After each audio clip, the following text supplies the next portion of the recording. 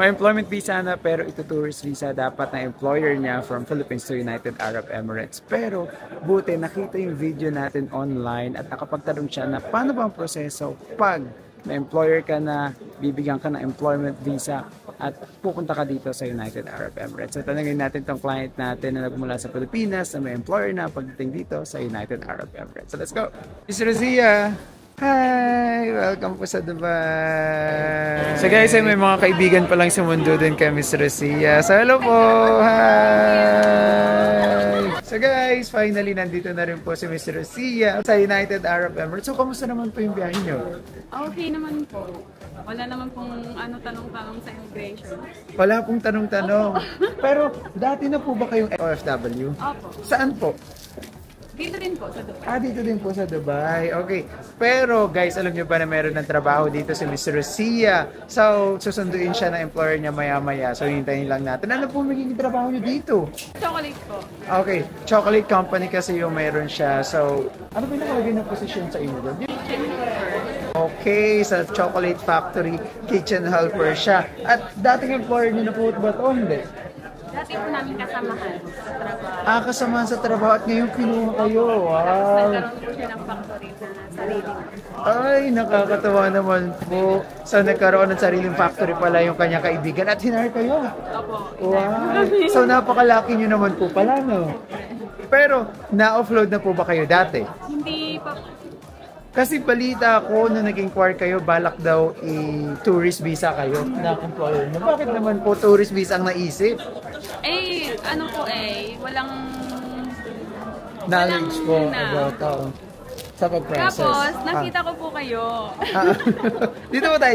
Lapit po tayo. Sa inyo. Nakapalo po kayo. Saan po? Sa TikTok o sa YouTube? Sa FB. FB, okay. So ngayon, na nakita nyo kami, nagkaroon kayo ng idea. Opo. Tapos inano ko po na yung maganda po yung yung mga feedback and yung services na binibigay natin. So hindi naman po kayo nagsisi na nagpa-assist kayo sa amin? Hindi po. Yeah. So, buti yung employer nyo is okay po talagang magpa-process on a legal way kasi guys, alam nyo, magpa-process kayo ng legal way na papa-verify sa consulate, papa-verify sa POEA, napakaraming documents na kailangan i-submit, no? Pero buti po okay po sa employer. Okay naman po sa kanila. Okay naman po, hindi nyo naman po jowa sa employer. Joke ba? Hindi po. Joke lang. Babae po pa lalaki? Lalaki. Lalaki. Okay, so akala ko kaya kayo kinuha, baka mamaya papakasalan pala kayo dito. Asawa na Hindi po naman, ako. asawa na po kayo. Sorry. Hello po sa mister nyo, sabi na. Okay, so ngayon, pagpunta nyo dito, kayo din, buti hindi insist na, magtutourist visa ako. Hindi po, kasi mahirap ang tourist visa. Alam talaga natin na pag ex-OFW, malaki ang chance na ma-offload ang mga tao, no? So, ngayon, pagpunta nyo po sa immigration, may tanong po ba? Wala po. Ano po yung... Kinakabahan na nga ako. Bakit kayo kinakabahan? Kinakabahan po ako sa immigration na akala ko maraming tanong, ganun. Wala naman po. Tatak agad. Ay, thank you Lord. Tatak agad. So, dito po tayo. Lumalayo po tayo. Ano pong mga documents? Kasi walang question. Anong documents ang hinanap sa inyo? Yung OAC, tapos PIDOS, passport syempre. Yung visa. At saka contract.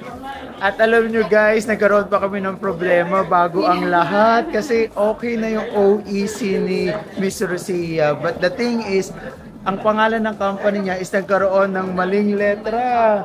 So, yung na-approve ni POEA, saka dito ni Consulate is mali. Instead na creation, naging reaction. So, nawala yung C pagkapos. So, nagulo actually.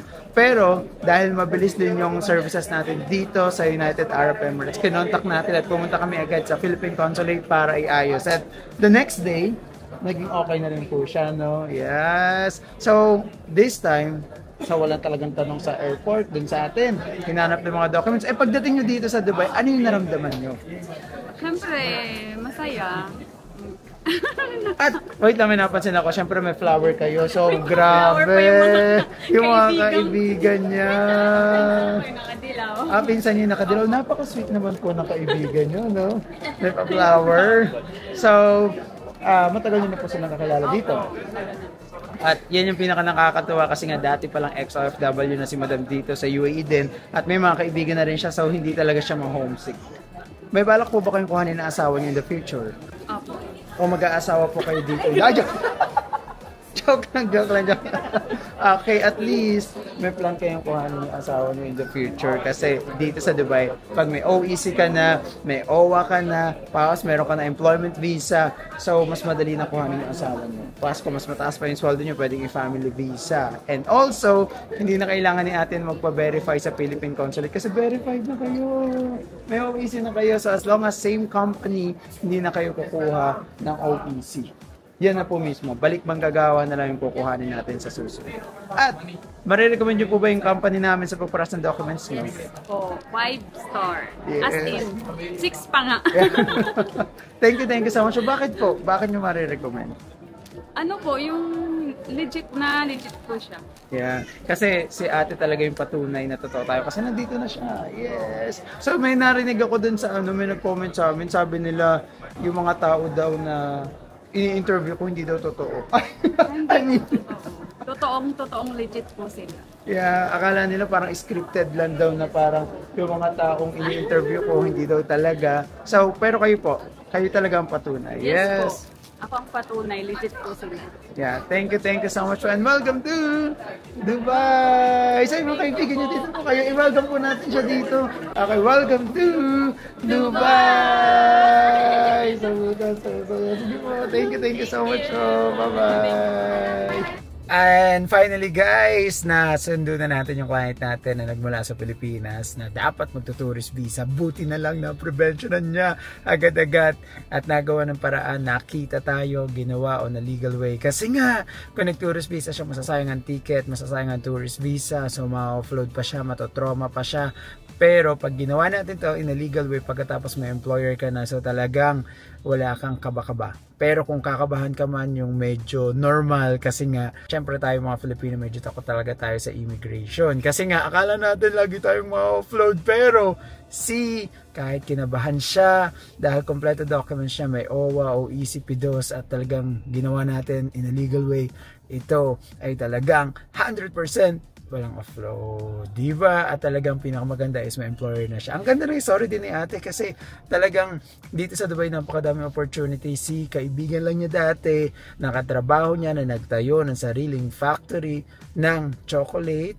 Pagkatapos, hinar siya, diba? Siguro nung nasa Pilipinas siya, kinausap pa niya, oh, baka pwede naman, ganyan-ganyan, gusto kong bumalik. Kasi naman, talaga totoo tayo, mga OFW, minsan, pag nahirapan dito sa UAE, gusto talagang mag for good sa Pilipinas. So, akala natin kaya na. Pero, ang hirap pala sa Pilipinas, maliit ang sweldo. So, gustong bumalik dito. Good thing na may mga kaibigan si ate na tumulong sa kanya. At pinakamaganda is may trabaho pang datat na dito sa UAE. Hindi na siya mahirapan at hindi na kailangan magpa-verify sa Philippine Consulate. So guys, kayo pala, kung gusto nyo magsipag-apply, so pwede kayo mag-apply. May mga available job order tayo na yung mga employer pinaprocess sa atin. So ngayon nagpapahanap din sila ng tao sa atin from the Philippines. Gusto talaga nila is nasa Pilipinas. Kasi nga naman, pag nandito, medyo hindi ko alam, may mga employer na ayaw talaga dito kumukuha sa UAE. So more on the Philippines. Pero guys, ulitin ko, may gastos ang pagkuha sa Pilipinas, may placement fee tayo. Wala po libre sa panahon ngayong, especially 2025. Okay, so thank you so much guys for watching and see you guys here in United Arab Emirates. Bye!